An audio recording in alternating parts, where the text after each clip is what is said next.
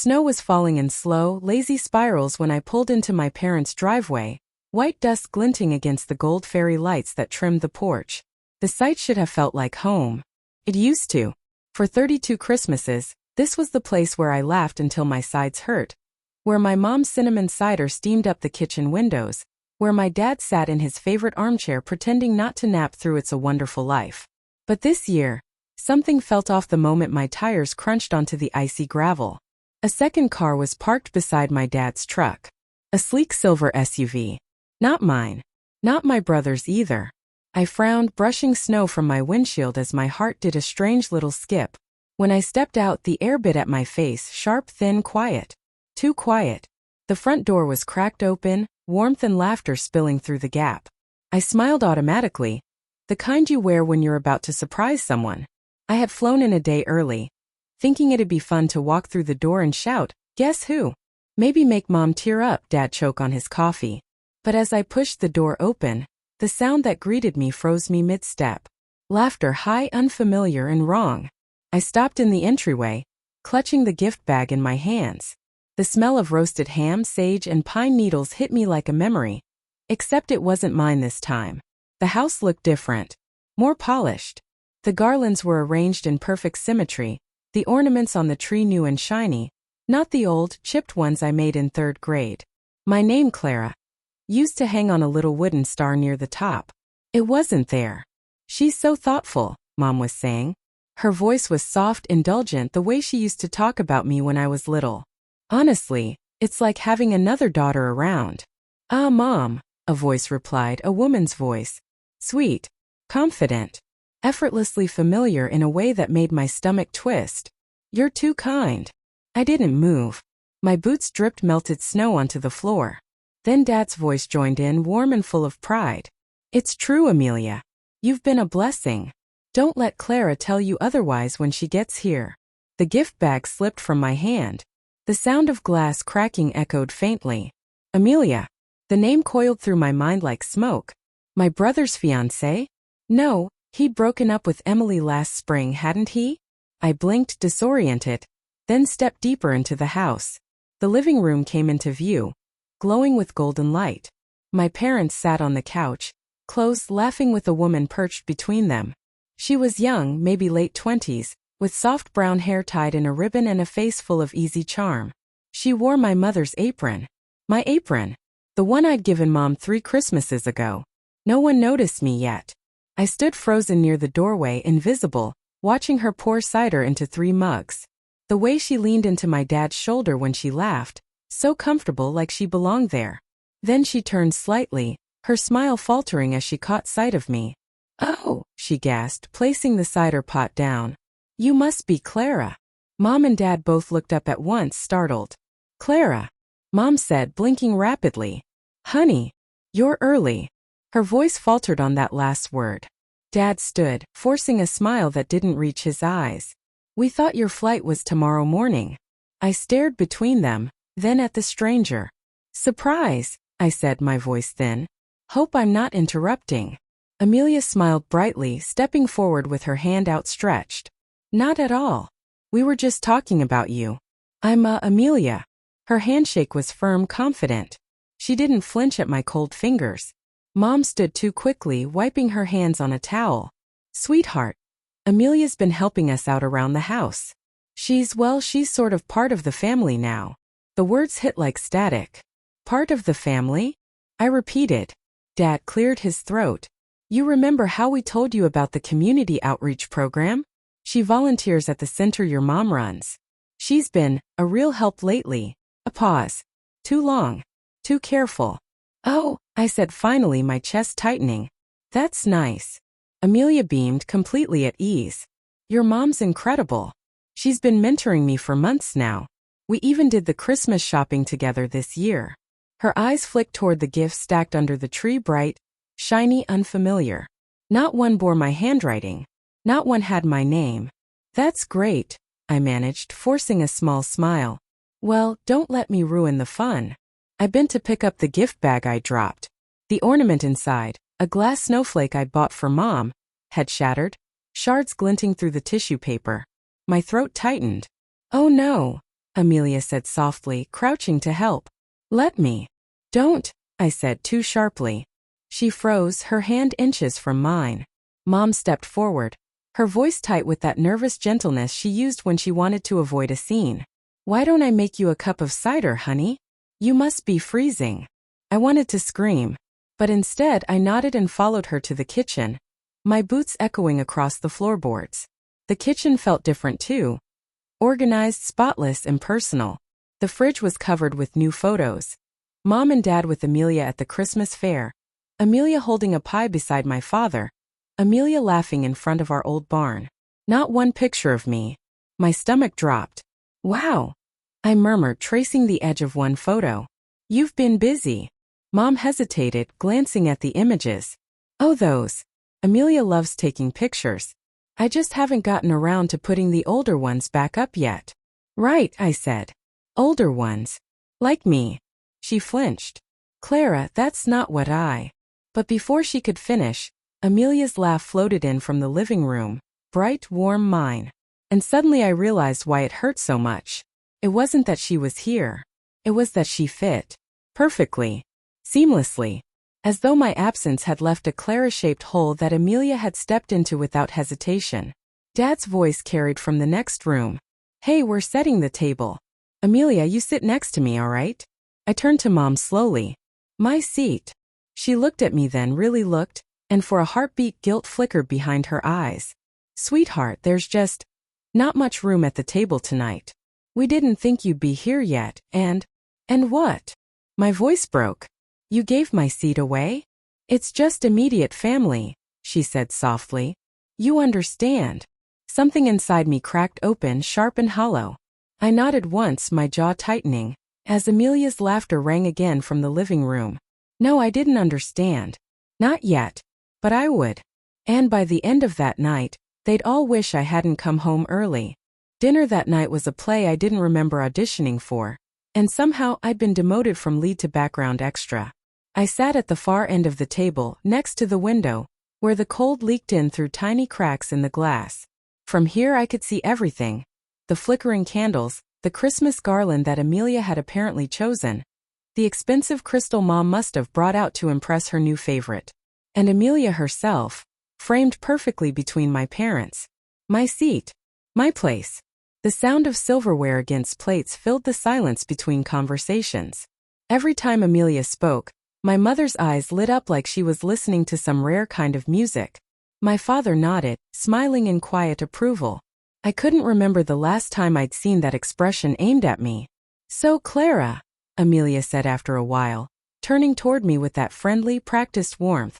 I heard you work in design? Her tone was light, curious. But underneath it was something else, an edge almost imperceptible. I set down my fork carefully. Interior design, I said. Corporate offices, mostly. Oh, that's so cool, she said brightly. I told your mom I've been redoing their guest room. I'd love to hear what you think. My mom chimed in quickly. She's been amazing, Clara. You should see what she's done, so much more modern. You'll love it. A little sting, quiet and sharp. So much more modern. Sure, I said, smiling tightly. I'd love to see. Maybe after dessert, Amelia said. I could use your professional opinion. Her eyes held mine, steady and too calm, like she was daring me to say no. I didn't answer. Instead, I watched as she reached for my dad's hand to steady the gravy boat, laughing when he joked about his clumsiness. The easy touch. The shared glance. The familiarity that had no business existing. The room felt smaller. Hotter. By the time Mom brought out the pie, my head was buzzing. I excused myself under the pretense of needing air, stepping out into the back porch where the cold hit like a slap. The yard was blanketed in white, the air humming with silence. I could see my reflection in the frosted window, a faint outline ghost-like, blurred by condensation. Inside, Amelia leaned closer to my mother, whispering something that made her laugh softly, tenderly. That laugh used to belong to me. I pressed my palms against the railing, the cold biting my skin. I didn't know whether I was angry or scared. Maybe both. When the door creaked behind me, I straightened. Thought you might need this. Amelia stood there, holding a mug of cider. Steam curled from it, fragrant and sweet. I didn't take it. Thanks, I said flatly. She stepped closer, her breath visible in the freezing air. I didn't mean to make things awkward tonight. Your parents just talk about you a lot. I felt like I knew you already. My pulse quickened. Do they? Of course. She smiled, a soft, knowing smile that didn't reach her eyes. Your mom said you've been so busy lately. Hardly ever visit. Must be tough living so far away. I bit the inside of my cheek. It's a 6-hour flight, not Mars. She chuckled. Still. They missed you. I think they just filled the space a little while you were gone. Filled the space, I repeated, tasting the words. With you. She didn't deny it. They're good people, Clara. You're lucky. Her voice was so calm it made me want to scream. I wanted her to slip up, to say something cruel, to reveal the arrogance I could sense simmering just beneath her polished surface. But she didn't. She just took a sip of her cider and said almost gently, families change. Sometimes people drift apart. It's no one's fault. Maybe not, I said quietly. But it feels like someone's choice. Her smile faltered just a fraction, before she excused herself and went back inside. When the door shut, I exhaled shakily, my breath fogging into the cold. That night I couldn't sleep. The walls of my old bedroom, the one I'd painted sky blue as a teenager, were bare. The shelves were empty. My photos were gone. In their place were Amelia's things, a silk scarf draped over the mirror, a travel bag by the dresser, a framed photo of her with my mother at the town bake sale. It wasn't a guest's arrangement. It was someone who lived there. I sat on the edge of the bed, numb. How long had this been happening? How long had they been rewriting me out of my own story? At 2 a.m. I wandered into the hall, moving carefully to avoid the creaking boards. The house hummed with silence, the kind that felt heavy, like it was holding its breath. I paused outside my parents' room. Their door was ajar. Inside, I could hear the faint murmur of voices. I just didn't expect her to show up early, Mom whispered. Dad sighed. It'll be fine. Just keep things calm. We can talk to her after Christmas. Talk to me about what? Mom's voice trembled. She's going to be hurt. I know, Dad said quietly. But it's done. The words settled like frost in my veins. I stepped back slowly, afraid to breathe. My fingers trembled as I clutched the hallway wall for balance. It's done. What was done? I barely made it back to my room before the tears came, hot, silent, angry.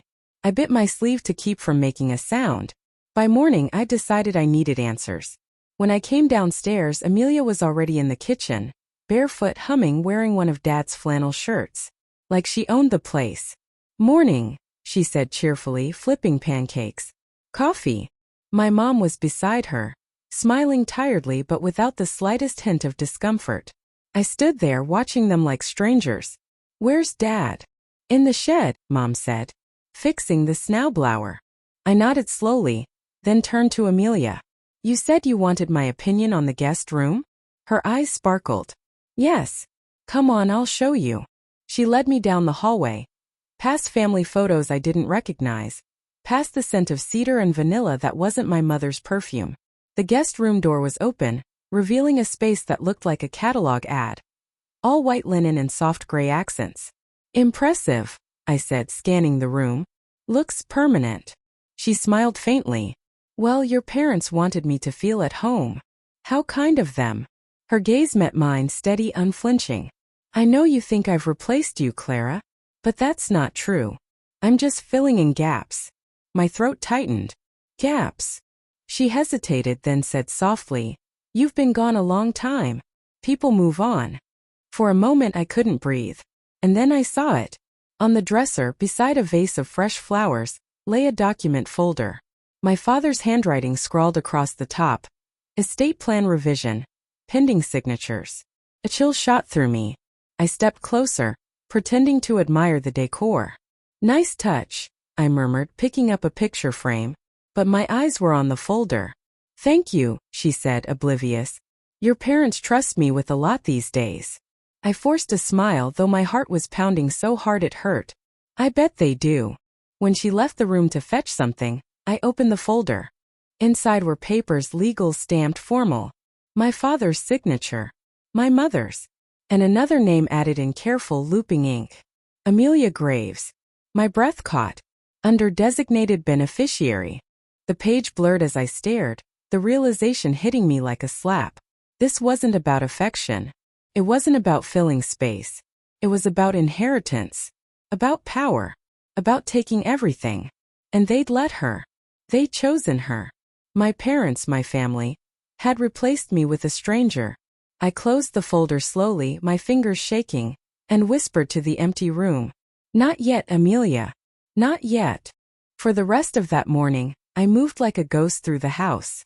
Every sound felt amplified. The clink of coffee cups, the creak of floorboards, the low murmur of voices drifting from the living room where Amelia sat comfortably between my parents, her laugh threading through their conversation like ribbon. I couldn't unsee that document. Estate plan revision, pending signatures. My name wasn't on it. I replayed every word my parents had said since I arrived. It's done. She's part of the family now. It wasn't just sentimentality, it was legal. Permanent. Betrayal carved into paper and notarized in ink. And Amelia, sweet, modest, oh so helpful Amelia, was the architect of it all. By midday, I was running on autopilot, helping set the table again for lunch as if nothing had changed. But inside something was growing. Not rage exactly, something colder, quieter. The kind of anger that thinks. When Amelia walked past me, she paused. You okay? You seem a little off. I forced a smile. I'm fine. Her gaze lingered. You sure? I know this must be a lot. Coming home and finding things different. It's Christmas, I said. Things are always different. She tilted her head as though evaluating me. You know your parents adore you. They just needed a little help managing things. With their estate? I said before I could stop myself. Her smile froze for a fraction of a second. Then lightly. Oh, you saw that? I did. Your father trusts me, she said simply. He says I remind him of you when you were younger, responsible, grounded. You should be proud. I stared at her, trying to read the sincerity in her tone. It was perfect. Too perfect. But underneath the polish I saw something flicker. A glint of triumph, maybe. Satisfaction. I swallowed hard, turning away before my face betrayed me. Of course, I said. I'm thrilled. That night I started watching her. Not openly, not yet. I waited until everyone went to bed, then slipped into the hallway. The house was dark except for the faint glow from under Amelia's door. I waited. Watched. Listened. She was on the phone. Her voice was hushed but clear. Yes, they signed it, she whispered. Both of them. I'll get the rest finalized after the holidays. A pause. No, she doesn't know. Well, not officially. I leaned closer, my heart pounding. Yes, I told you she showed up early. But it's fine. They're on my side now. Completely. Another silence. Then laughter, soft, confident. She's barely here. Honestly, they talk about her like she's some distant relative. It's almost sad. I bit my lip so hard I tasted blood. Once the property transfers, we'll move forward. The house, the savings, everything. By New Year's, it'll be official. My vision blurred. I wanted to burst in, scream, tear that smug voice from the air. But I didn't. Because that's what Amelia expected. She wanted me angry, impulsive, emotional. Instead, I turned and walked quietly back to my room. If she was playing a long game, I would play longer. The next morning, I made pancakes the way Mom used to teach me before I moved out. The smell of butter and sugar filled the kitchen, nostalgic and deliberate. When Amelia wandered in, she looked surprised. You're up early. Couldn't sleep, I said, flipping a pancake. Thought I'd make breakfast for everyone. She smiled, pouring herself coffee. That's sweet of you. Just trying to be useful. I glanced at her over my shoulder. You've set a pretty high bar. Her eyes narrowed slightly. I just do what needs to be done. Of course you do. Dad came in then, smiling broadly. Smells amazing, kiddo. He gave my shoulder a warm pat before sitting beside Amelia. Amelia's been making us protein smoothies every morning, Mom said fondly. But these smell too good to pass up. I forced a laugh. Guess I'll have to compete with her health habits. Oh, stop, Amelia said, smiling at me like a sister would. No competition here. But there was.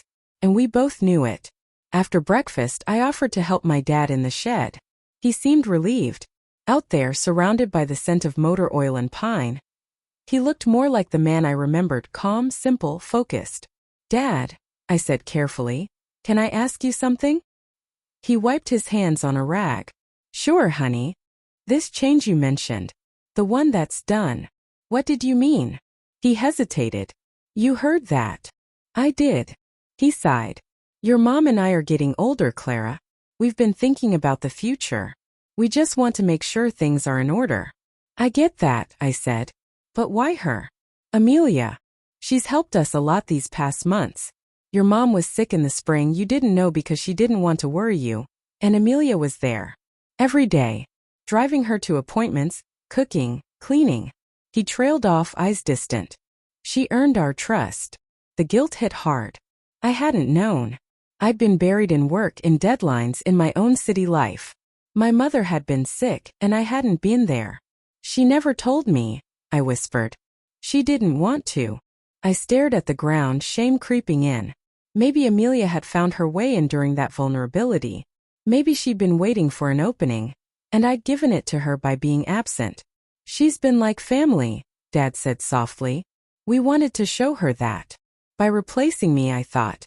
But I didn't say it. I just nodded, letting the silence stretch between us. That evening I helped Mom decorate cookies. She looked tired, older than I remembered. There were new lines around her eyes, a weariness that hadn't been there before. "I didn't know you were sick," I said gently. She blinked, her hands pausing mid-motion. "Who told you?" "Dad." She sighed, setting down the icing bag. "It wasn't serious. Just a scare. But Amelia was there through all of it. She's been good for us, Clara." I met her eyes. "Good enough to make her your beneficiary?" Her face froze. The color drained from her cheeks. "Where did you hear that?" "I saw the papers." She swallowed hard, looking away. "It's not what you think." "Then tell me what it is." Her eyes glistened. "We didn't mean to hurt you. We just wanted to thank her for everything she's done. It's temporary, Clara. Just while she manages things for us." "Manages what?" "The accounts. The property. The medical paperwork." My chest tightened. "You've given her control over everything." Mom's hands trembled slightly. "She's trustworthy." I laughed, a hollow sound. "You barely know her. She's been more present than you," she whispered. The words cut clean through me. I stared at her, unable to speak. Then I stood slowly, my voice steady but cold. "You're right. I haven't been present. But I'm here now. And I'm not leaving until I know exactly who she is." Mom looked at me then, and for the first time I saw fear in her eyes. "Clara," she said softly, "please, don't start something you can't control." But it was already too late. Because that night, as the house slept, I opened Amelia's suitcase. Inside were perfectly folded clothes, a passport, and a small leather notebook. I flipped it open.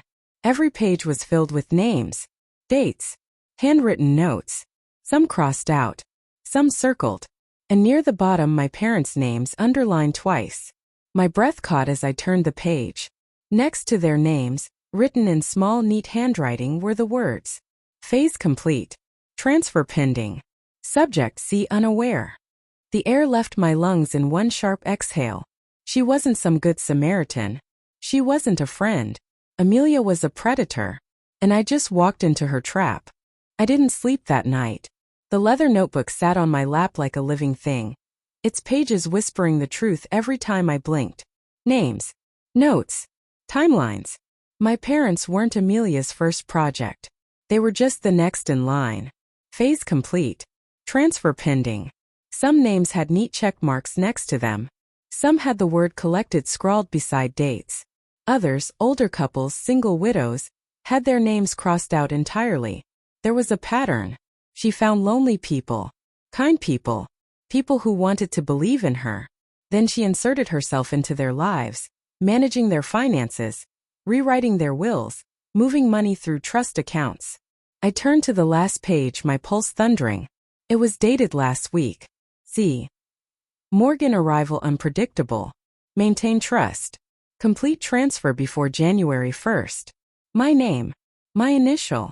She had been expecting me, and already planned for what would happen when I came home. I stared out the window at the snowfall, the quiet flakes swirling under the porch light like tiny ghosts. My hands trembled, but not from fear anymore. No, this was focus. If Amelia wanted a performance, I'd give her one she'd never forget. The next morning I made coffee as if nothing had changed. The smell filled the kitchen, rich and familiar. My parents shuffled in, sleepy, trusting, unaware that every moment we shared was now a countdown. "Morning, sweetheart," Mom said, smiling faintly. "Morning," I said softly, placing mugs in front of them. "I was thinking we could all take some photos today. Maybe by the tree." Dad looked pleased. "That's a great idea. Been years since we did that." "Exactly," I said, smiling. "Let's make it special." Amelia came in moments later, glowing with confidence. She was wearing one of Mom's sweaters. Red, festive, and completely wrong. "Photos? How fun," she said brightly. "I'll grab my camera." "Actually," I said, keeping my tone casual, "why don't I use mine? It's better quality." Her smile flickered for half a second, then smoothed over. "Sure. Whatever works." We took the pictures by the tree. My parents laughed, the air warm and bright with that old Christmas comfort. Amelia positioned herself right between them, as if she'd always belonged there. I caught the moment perfectly. Her hands on my father's arm, the faint glint of satisfaction in her eyes, and the edge of the open notebook, tucked carelessly into her pocket. That afternoon, I slipped into town under the pretense of buying gifts. I went straight to the local sheriff's office. The woman at the front desk looked up, startled, when I laid the notebook on the counter. "I think this belongs to a con artist," I said quietly. "And I think she's targeting my parents." Within an hour, 2 detectives were taking my statement.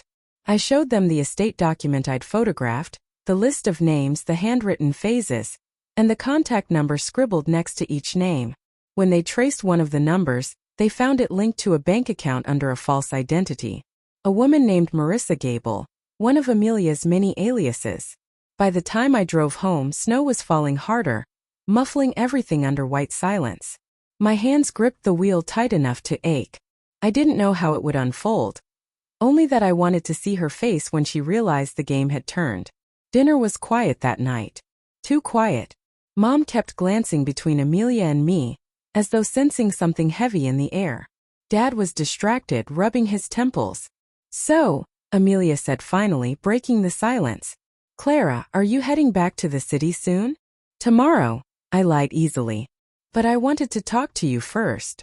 She raised an eyebrow. "Oh." I set my fork down. "About your notebook." The sound of silverware stopped. Mom froze. "Notebook?" Amelia's smile didn't falter. "Not yet."